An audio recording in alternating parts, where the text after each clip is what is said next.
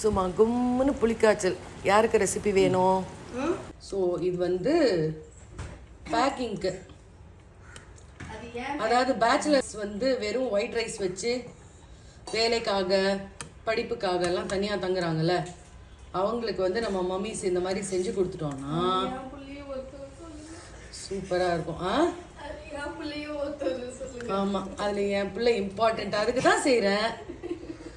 என் பிள்ளைக்கு நான் செய்கிறது தான் வந்து எல்லா மம்மிஸும் வந்து அவங்கவுங்க பிள்ளைங்களுக்கு செஞ்சு கொடுப்பாங்க அப்படின்னு செய்கிறேன்.